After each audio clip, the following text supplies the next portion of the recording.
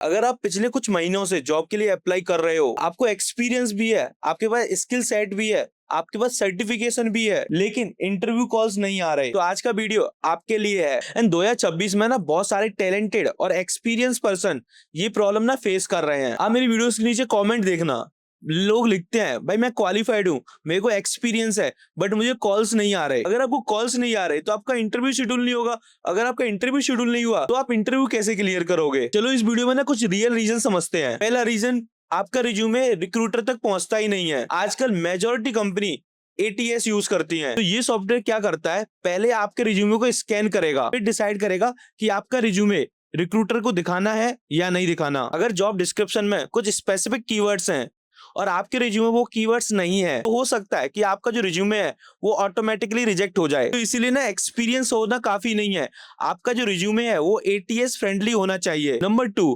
Resume में आपके achievement नहीं दिख रहे। बहुत सारे लोग रिज्यूमे में अपनी रेस्पॉन्सिबिलिटीज लिख देते हैं, जैसे लिख दिया कि वर्क ऑन दिस प्रोजेक्ट, इन चीजों को हमने यूज किया, ये वाले स्किल सेट यूज किए। बट रिक्रूटर देखना चाहता है कि भाई आपने इम्पैक्ट क्या क्रिएट किया उस कंपनी में। फॉर एग्जांपल आपने बोला कि भाई मैनुअल एफर्ट्स ना आपने 40% कम कर दिया, आपने ना बिजनेस प्रोसेस को ऑटोमेट कर दिया, आपने ना टीम प्रोडक्टिविटी को इम्प्रूव कर दिया, आपने ना कोड एफिशिएंसी चेक किया, एंड इससे बिजनेस को बहुत ज्यादा इम्पैक्ट हुआ। नंबर्स और अचीवमेंट्स रिक्रूटर को बहुत ज्यादा इंप्रेस करते हैं। नॉट ओनली रिक्रूटर, अगर आपका रिज्यूमे शॉर्टलिस्ट हो जाता है मैनेजर लेवल पे, तो मैनेजर को भी वो आपका रिज्यूमे इंप्रेस करेगा। नंबर 3, अगर आप सेम रिज्यूमे हर जॉब पोस्ट के लिए अप्लाई कर रहे हो तो वो भी एक प्रॉब्लम है। बहुत सारे कैंडिडेट एक ही रिज्यूमे 100+ कंपनीज में भेज देते हैं, लेकिन ऐसा नहीं है भाई, हर कंपनी की रिक्वायरमेंट अलग अलग होती है। अगर जॉब डिस्क्रिप्शन में मेंशन है इंटीग्रेशन, तो आप इंटीग्रेशन मेंशन करो। अगर आपने ब्लाइंडली अप्लाई कर दिया उस कंपनी में और आपने इंटीग्रेशन का एक्सपीरियंस नहीं है, तो आपका रिज्यूमे शॉर्टलिस्ट नहीं होगा। तो आप चेक करो डिस्क्रिप्शन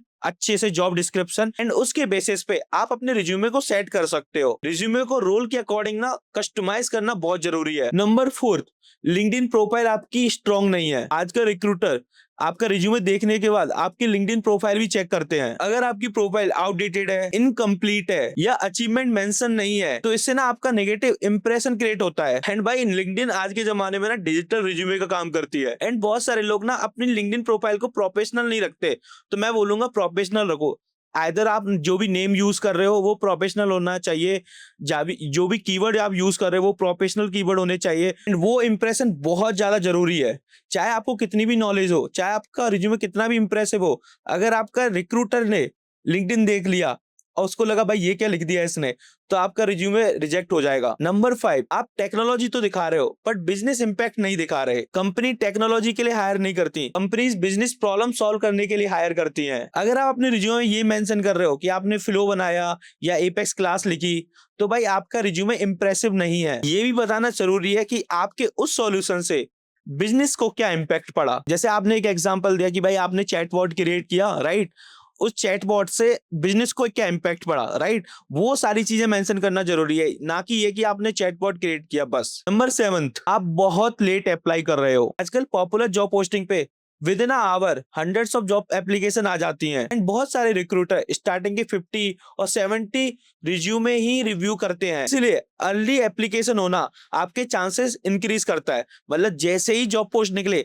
आप अप्लाई कर दो। मतलब मैं आपको एक एग्जांपल दूंगा, भाई आप काम कर रहे हो, आप सो रहे हो, अगर आपकी आंख खोलती है और आप जॉब हंटिंग कर रहे हो, तो भाई आंख खोल रही है ना, तो पहले लिंक्डइन चलाओ, इंस्टा या यूट्यूब वगैरह मत चलाओ, लिंक्डइन चलाओ। मैं बोलूं भले ही मेरी वीडियो मत देखो, आप लिंक्डइन चलाओ। आप वॉशरूम जा रहे हो, लिंक्डइन चलाओ। आप सो रहे हो, लिंक्डइन चलाओ। ऑफिस का काम कर रहे हो, आपको बीच में टाइम मिलता है, लिंक्डइन चलाओ। आप खाना खा रहे हो, लिंक्डइन चलाओ बीच में। मतलब आपको ना पागल हो जाना पड़ेगा भाई अगर आपको जॉब चाहिए तो, क्योंकि मार्केट में कंपटीशन बहुत ज्यादा है भाई। नंबर 8, सिर्फ जॉब पोर्टल पे डिपेंड हो। बहुत सारे लोग ओनली लिंक्डइन, Naukri.com या इंडीड पे अप्लाई करते हैं, लेकिन रियलिटी ये भी है बहुत सारी पोजीशन रेफरल के थ्रू भी फिल हो जाती हैं। नेटवर्किंग और रेफरल का ना पोजीशन बहुत ज्यादा बढ़ गया है। मतलब अगर आपकी नेटवर्किंग अच्छी है, अगर आपको रेफरल मिल रहा है, तो आपके चांसेस होंगे आपका रिज्यूमे स्टैंड आउट करे। नंबर 9, आपकी ऑनलाइन प्रेजेंस नहीं है। अगर रिक्रूटर आपका नाम सर्च करे एंड उससे आपकी जो स्किल्स हैं, आपकी जो एक्सपर्टीज है, यहाँ पे आपके जो प्रोजेक्ट्स हैं उनके बारे में ना मिले, तो आपको ना डिफरेंशिएट करना भी मुश्किल हो जाता है। एंड इसके लिए आपको ना इन्फ्लुएंसर बनने की जरूरत नहीं है, बस अपना प्रोफेशनल प्रेजेंस मेंटेन करना जरूरी है। नंबर 10,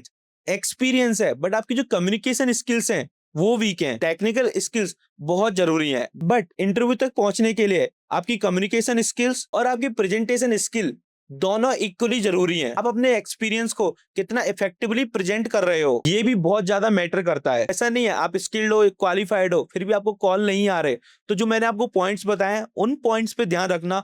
आई एम श्योर आपको कॉल्स आने स्टार्ट हो जाएंगे। भाई गाइस, अगर आपका रिज्यूमे शॉर्टलिस्ट होता है और आप इंटरव्यू में सेलेक्ट होते हो, मैं आपको एक पॉइंट बताना चाहूंगा, भाई कॉन्फिडेंट जरूर रहना।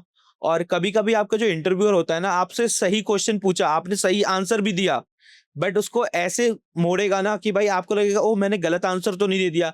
तो आप कॉन्फिडेंट रहना कि भाई जो आपने आंसर दिया है वो सही दिया है, चाहे इंटरव्यूअर बोले कि नहीं यार ये तो गलत है। आपको ऐसा नहीं है कि वो ये नहीं, हाँ गलत हो सकता है, नहीं बोला का हाँ यही आंसर है मैंने देखा है। आपका कॉन्फिडेंस लेवल बहुत अच्छा होना चाहिए, आपका पॉजिटिव एटीट्यूड भी होना चाहिए। ऐसा नहीं आप नर्वस हो रहे इंटरव्यू में कि बोला अरे यार जॉब चली गई, आपका हमेशा पॉजिटिव साइड दिखना चाहिए। तो आपकी टेक्निकल स्किल तो बहुत जरूरी है, आपका पॉजिटिव एटीट्यूड भी बहुत ज्यादा मैटर करता है। तो गाइस कमेंट करके जरूर बताना आपने लास्ट 30 डेज में कितनी जॉब पे अप्लाई किया है और आपको कितने कॉल्स आए हैं। भाई इस वीडियो की एंडिंग यही करते हैं। अगर आपको वीडियो अच्छी लगती है वीडियो को लाइक कर देना, चैनल पे न्यू हो तो चैनल को सब्सक्राइब जरूर कर देना। मिलते हैं गाइस नेक्स्ट वीडियो में नए टॉपिक के साथ, तब तक के लिए बाय।